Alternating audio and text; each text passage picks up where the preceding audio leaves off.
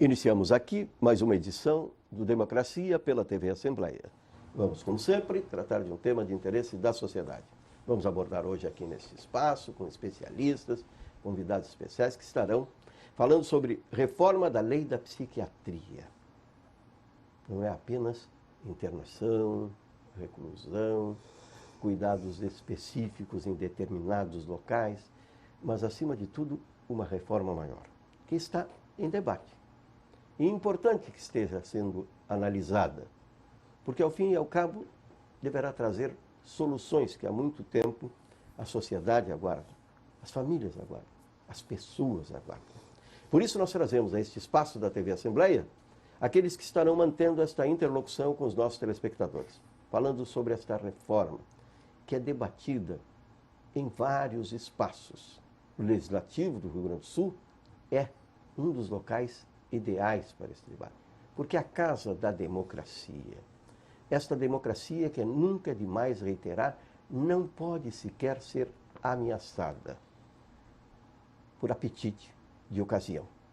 Por isso trazemos o Dr. Marcos Rolim, que é doutor e mestre em Sociologia pela Universidade Federal do Rio Grande do Sul, a doutora Ivarlete Guimarães de França, do Fórum Gaúcho de Saúde Mental, e o Dr. Ricardo Nogueira, psiquiatra do Complexo Mãe de Deus, entre outras muitas atividades. Para a primeira manifestação sobre a pauta de hoje do nosso Democracia, nós convidamos o jornalista, Dr. Marcos Rolim. Tudo bem? Tudo bom, Batista? Tudo bem, uma satisfação estar aqui. Só para situar um pouco assim os marcos, né, dessa discussão, desse debate, nós temos no Rio Grande do Sul, já há mais de 20 anos, uma lei em vigor no Estado chamada Lei da Reforma Psiquiátrica. Eu me orgulho assim, bastante de ter sido o autor dessa lei, expressando na época uma aspiração de mudança, de reforma, num modelo manicomial que nós tínhamos, ainda hegemônico naquela época, onde basicamente as pessoas que padecem de sofrimento psíquico são internadas e depois dessa internação elas retomam a dinâmica de reinternações. Assim funcionava no Brasil durante muito tempo. Os manicômios, os hospitais psiquiátricos eram a única instância de atenção em saúde mental. Nós não tínhamos trabalho comunitário, não tínhamos casas de meio caminho, não tínhamos ambulatórios para atender as pessoas, não tínhamos os CAPs, né, que acabam se formando depois com uma outra visão de atendimento de fato às pessoas que precisam de atenção médica, de atenção especializada, enfim.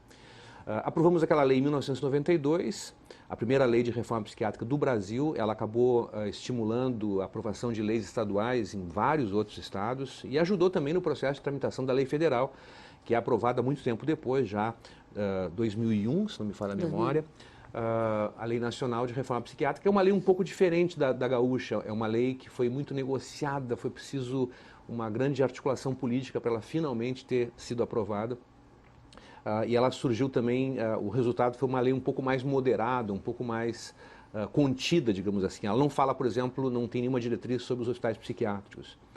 No Rio Grande do Sul, a Lei Gaúcha, ela estabeleceu claramente a vedação de ampliação dos hospitais psiquiátricos e de construção de novos hospitais psiquiátricos. Faz mais de 20 anos no Rio Grande do Sul que não se constrói novos hospitais psiquiátricos, nem se amplia a capacidade dos já existentes. Por uma razão muito simples, porque nós entendemos, e a experiência, eu acredito, demonstrou claramente isso, de que se as pessoas que possuem problemas de saúde mental forem acompanhadas, forem tratadas cotidianamente, nós diminuímos a demanda de internação psiquiátrica. E é isso que vem acontecendo no Rio Grande do Sul. Se a gente pegar nesses 20 e poucos anos, a demanda por internação psiquiátrica com doença mental, efetivamente, o quadro é de uma queda ano a ano. Nós estamos diminuindo essa demanda há muito tempo por conta dos serviços que foram sendo criados, onde as pessoas de fato são tratadas e nós assim prevenimos a emergência do surto psiquiátrico, em grande parte pelo menos. As internações psiquiátricas, claro, são necessárias muitas vezes, precisam ser realizadas e podem ser realizadas em hospitais gerais, né? Está aqui o Clínicas, Porto Alegre e outros que têm locais para internação psiquiátrica, onde os pacientes podem ser melhor tratados, porque os hospitais gerais eles têm uma retaguarda de profissionais, de médicos, de várias especialidades que podem de fato tratar as pessoas melhor, especialmente as comorbidades que afetam os pacientes com problemas de saúde mental. Então essa é um pouco a tendência mundial de procurar garantir internações psiquiátricas em hospitais gerais, o que se evita assim, evitando também o estigma da internação, que a pessoa baixa no hospital psiquiátrico, sai de lá com um carimbo na testa, como se tivesse escrito louco, né? E isso vai trazer transtornos para ela depois, e dificuldades de emprego, e uma série de outras coisas. Agora, o tema é que nós temos já há alguns anos essa política de reforma psiquiátrica, que virou uma política nacional, ela precisa ser aprofundada, precisa ser implementada com mais qualidade. Para isso é preciso também investimentos, precisamos retomar, digamos assim, esse espírito da reforma psiquiátrica, que garante a cidadania dos próprios pacientes e uma resolutividade melhor no tratamento. Esse é o grande tema que estaremos discutindo nesse momento. Quer dizer, há um conjunto de esforços no Rio Grande do Sul, de profissionais da área.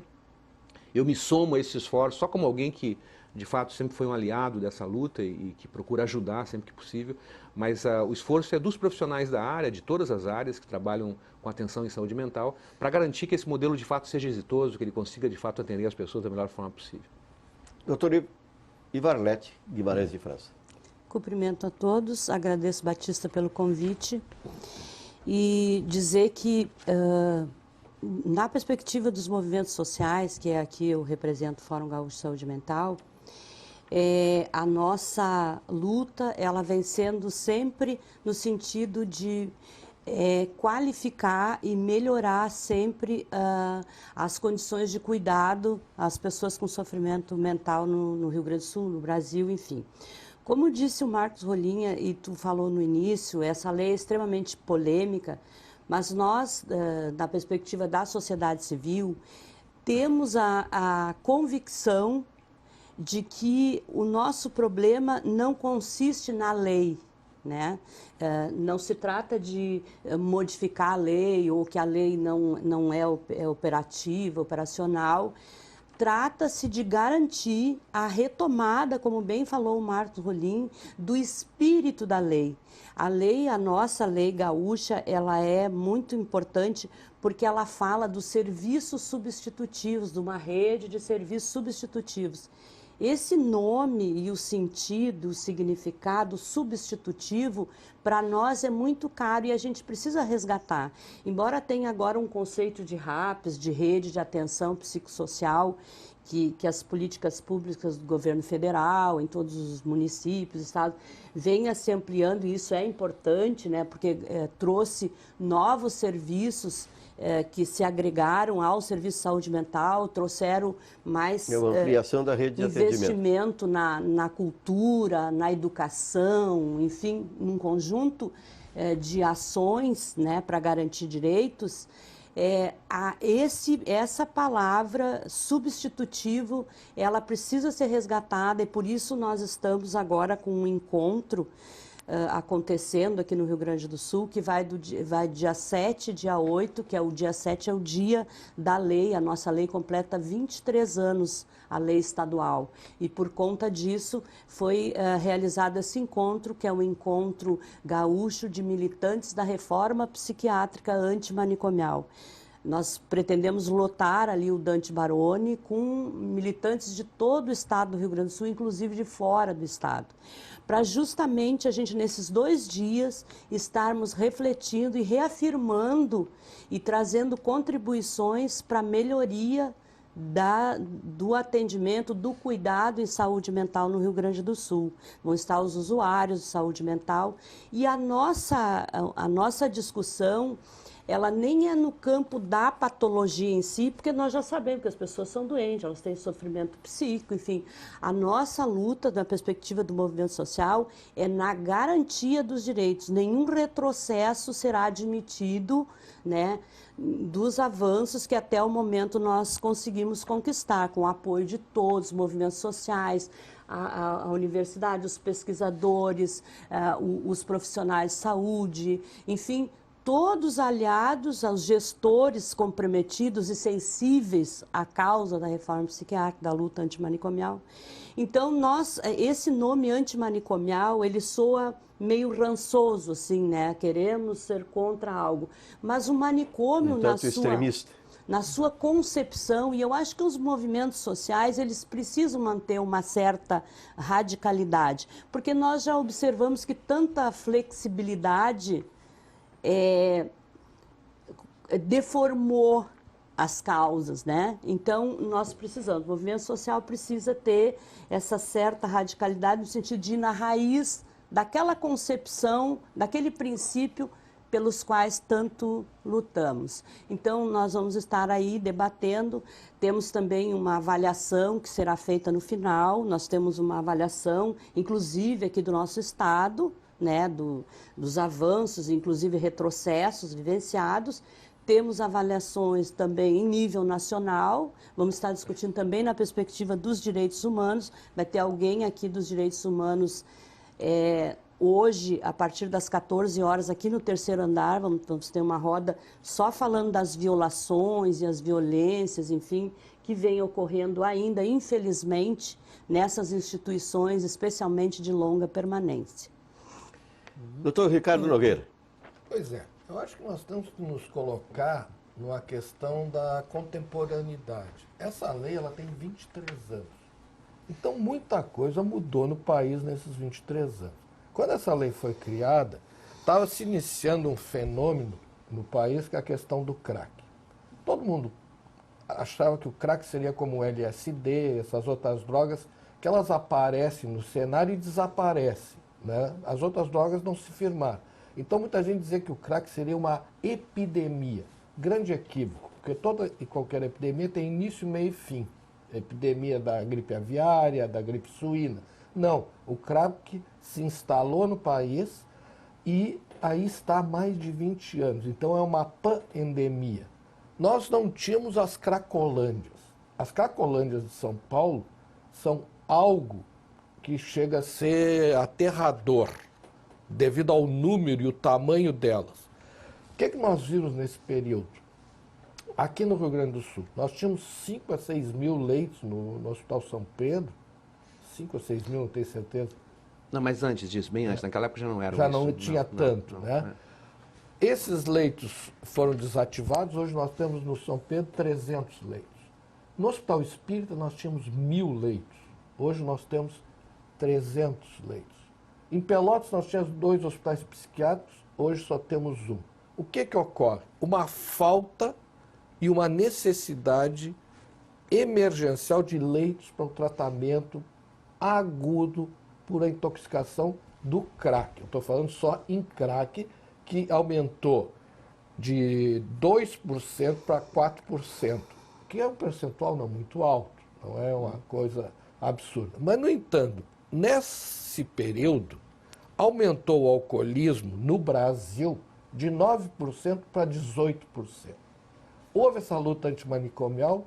Porto Alegre hoje não tem leitos, se tu quiser internar, não tem nem leito privado psiquiátrico. Criança, não existe leito em Porto Alegre. Tem uma única clínica que atende pelo SUS conveniado, que foi esses tempos descredenciada por falta de condições mínimas. Tem uma outra que a prefeitura aluga um espaço na Clínica São José. Então nós vemos as mães, as famílias desesperadas, querendo internar, precisando internar. Em Pelotas, as mães se acorrentaram na frente da prefeitura, pedindo para internar. Então nós temos que hoje, no dia de hoje, necessitamos no mínimo 500 leitos só para desintoxicação emergencial do crack. E nada é feito. No alcoolismo, nós aumentamos de 9% a 18%, ou seja, 100%. Quais são as consequências de tudo isso? Isso que nós temos que medir. Em Porto Alegre, aumentou a população de rua. Então, se nós sairmos hoje na Cidade Baixa, no centro, no Menino Deus, e a gente vai ver, tem Cracolândia, junto à Secretaria de Segurança do Estado, está lá. E o que é feito? As Cracolândias estão localizadas na região metropolitana de Porto Alegre, à frente de alguns CAPs, nós temos uma boca. Aí é preso o patrão da boca, vai a mulher do patrão, depois prende a mulher, prende o filho, prende a sogra, mas a boca não fecha. Essa é uma realidade. Na Cracolândia de São Paulo, no dia que vai sair o LOAS, a Lei Orgânica de Assistência Social, que todos os pacientes com problema e transtorno mental têm direito a essa lei, os donos das bocas vão avisando, amanhã é o dia do cartão para quitar a dívida.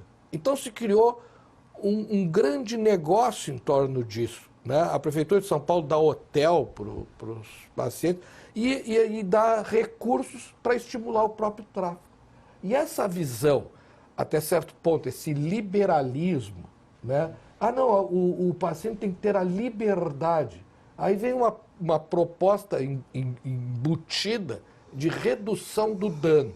Aí pergunto eu, ah, não, nós aceitamos que o paciente que fumava 10 pedras de crack possa fumar 5 e isso é muito bom porque é redução do dano.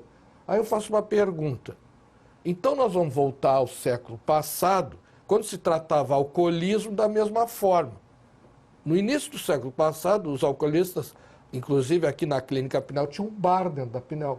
O cara tomava 1 litro de uísque por dia, a proposta que ele fosse tomar meio. Aí o que acontecia? Eles não queriam tomar meio, porque o alcoolista ele não quer parar de beber. O que aconteceu? Quebraram o bar da Pinel. Aí a Pinel teve que desativar o bar. Né? Então nós temos que ser realistas. Há 100 anos atrás, nós tratávamos o alcoolismo com essa visão da redução do dano, que hoje é totalmente extemporânea. Ninguém trata o alcoolismo dessa forma em lugar nenhum do mundo. As primeiras clínicas de desintoxicação de álcool foram criadas pela Igreja Católica Irlandesa, porque os padres irlandeses eram muito adicionados, não ao vinho, mas ao uísque. Né? Então foram criadas essas primeiras clínicas de desintoxicação, que foram clínicas modelo, mas que foram se adaptando à nova realidade. Então hoje, 23 anos depois, nós temos uma nova realidade.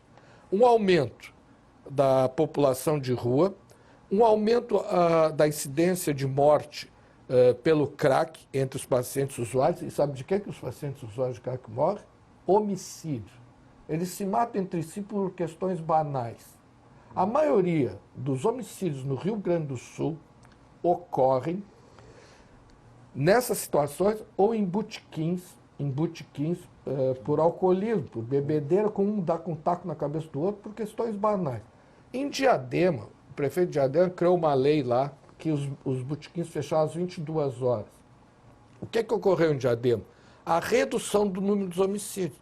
No entanto, essa lei ela não proliferou. Não sei por quê, né? Não dá para entender. A lei seca, que essas blitz, né? Reduziu o número de motoristas ingerindo álcool. Tem algumas leis, como por exemplo a lei do tabagismo, a campanha contra o tabagismo é uma campanha brilhante, reduziu o tabagismo no Brasil, reduziu em números grandes. No entanto, o alcoolismo aumentou, o uso do crack aumentou e nós temos que nos adaptar e nós temos que reavaliar, por exemplo, que a política dos CAPs, qual é a eficiência para a demanda que nós temos hoje? Esses programas, o programa intensivo, semi-intensivo, muitas vezes eu trabalho, basicamente o escopo do meu trabalho é com suicídio, prevenção do suicídio. O paciente suicida vai na rede e essa rede não... nós vamos atender daqui a 60 dias. Sim, mas me permite só para entrar nessa discussão. Eu acho que são várias questões importantes para o debate. De fato, nós temos, nas últimas 2, 3 décadas, uma mudança importante na demanda por internação psiquiátrica. O que acontece é que, como o Estado do Rio Grande do Sul, como de resto do Brasil, não estava preparado para isso, para ter instituições capazes de tratar a drogadição. Então, tanto o alcoolismo, que é grave no Brasil, aliás, uma questão interessante essa, né? A gente fala assim, tem um enorme alarme social com relação às drogas. Droga, tudo é droga. Todo o problema do mundo é as drogas. E não se fala no álcool, né? E o álcool é um problema gravíssimo no Brasil. É o pior. Quer dizer, é o pior de todos. Mas como a velha definição da porta de entrada. É, né? mais ou menos. Então é isso. Quer dizer, a gente olha assim, a gente tem ainda hoje uma situação onde a seleção nacional, a seleção de futebol do Brasil, que são os heróis da juventude brasileira, os grandes jogadores brasileiros, patrocinados por uma marca de cerveja. Não, o que é pior... Técnico da seleção patrocinados por uma marca de cerveja. Pior. Tem uma lei brasileira que proíbe a venda de álcool nos estádios. E nós suspendemos. Na nossa Copa do Mundo, essa lei foi revogada por uma imposição da FIFA. Exato. O Brasil se curvou à FIFA, que é uma instituição, vamos combinar, né? Agora se sabe bem, né? Desprovida de qualquer respeitabilidade, né? Um antro de ladrões, sem escrúpulos. De malfeitores, né? Malfeitores. Mas enfim, o Brasil se curvou esse antro de malfeitores, né? E fez isso mesmo, suspendeu a vigência dessa lei, permitiu a venda de bebidas alcoólicas. Hoje há pressão, inclusive, em vários lugares para que se retome a venda de bebidas alcoólicas nos estádios, né? comprovadamente a ingestão de álcool, o abuso do álcool está vinculado a uma série de outros problemas, violência doméstica, homicídios, acidentes de trânsito, enfim. Então, é preciso que haja um certo controle, é preciso que haja uma política pública, né? E a primeira coisa a se pensar com relação a drogas é a questão do álcool. A demanda por internação psiquiátrica hoje no Brasil é muito pressionada por conta da drogadição. Então o que acontece? O sujeito, de fato, ele é um dependente químico grave, a família não sabe como tratar, ela bate as portas do Poder Judiciário e o juiz determina a internação por um ato judicial e vai internar no São Pedro, vai internar por ato judicial no Espírito, etc. Só que a grande questão é o seguinte: os hospitais psiquiátricos, e esse é o tema fundamental, os hospitais psiquiátricos são o pior lugar para a internação de um drogadito. De qualquer pessoa. De qualquer pessoa, mas digo do drogadito com mais razão ainda. Por quê? Porque pensa, por exemplo, o doutor Ricardo sabe muito bem disso, muito melhor do que eu. Um dependente químico de crack, ele tem a dependência química de crack, mas ele não tem só esse problema. Ele tem um fígado estourado, ele tem um pulmão em frangalhos, ele tem um coração que está batendo biela. Quer dizer, esse sujeito ele precisa de uma atenção integral. Porque não adianta só eu imaginar que eu vou tirar a droga dele, ele vai ficar em abstinência e depois ele vai voltar para a rua e vai ficar numa boa. Ele tem danos múltiplos. Ele tem danos múltiplos. Então, ele tem que ser internado, sim, no hospital geral. Então, faltam leitos para drogadição em hospital geral no Brasil. Nós não precisamos mudar a lei da reforma psiquiátrica, não precisamos criar novos manicômios, porque aí tem o seguinte, né? Aí começa a vir o interesse dos donos das clínicas para se valer do tema das drogas, para dizer o seguinte: não, já que não tem muita gente dependente químico com droga, alcoolismo, vamos refundar os manicômios, vamos criar mais hospital psiquiátrico. Não vamos. Não vamos, porque a gente não vai voltar para esse tempo, entende? Agora, o hospital geral precisa muito. Eu acho que precisa muito de leito, de atenção, e mais, precisa de uma especialização, uma atenção especializada do poder público para atender o tema da drogadição, que é um tema complexo, difícil para burro, né? É que o problema é o seguinte: é que nós estamos vivendo hoje um país totalmente esquizofrênico. E eu vou provar isso. A Secretaria Nacional Antidrogas, a SENAD, ela tem uma política a favor do combate à droga, dando prioridade ao combate ao crack. No entanto, o Ministério da Saúde tem uma política totalmente antagônica. O Ministério da Saúde sabota a política do SENAD. Né? Então, é dentro do mesmo governo. Existem recursos... Ou o contrário, o Senado sabota a política da É uma esquizofrenia total o negócio, né? Mas isso aí a gente está vendo, né? Ontem mesmo a gente viu, né? O partido do governo vota contra o governo em massa. Né? Uma coisa que não dá para entender mais quem é que está de qual é o lado. Né? Não se sabe mais. Eu queria recuperar um pouco... Só para concluir, nós vamos chegar ao intervalo e depois tem prioridade. Um segundo. Existe, sabe quanto em recursos dentro da SENAD para a prevenção do crack? Mais de 2 bilhões. Sabe quanto que foi investido? Nem a metade. E quer dizer, então, assim, não falta recurso, Marcos. Tem os recursos. O que falta são projetos adequados. A doutora Ivarlete terá prioridade aqui na retomada do Democracia, porque nós estamos chegando ao final do primeiro bloco, quando vamos tratando da reforma da lei da psiquiatria. Não é exatamente a reforma, não é o que se propõe, né? Mas é uma discussão absolutamente pertinente. Eu lembro lá no período do governo Colares, na década de 90, né? Quando começou com o secretário Júlio Oxman, adotando uma posição muito semelhante a essa que foi exposta aqui pelo Dr. Marcos Rolim. Importante este debate não apenas para os interessados desde esse tempo, mas principalmente para o conhecimento do telespectador, que não é apenas telespectador, ele é participante.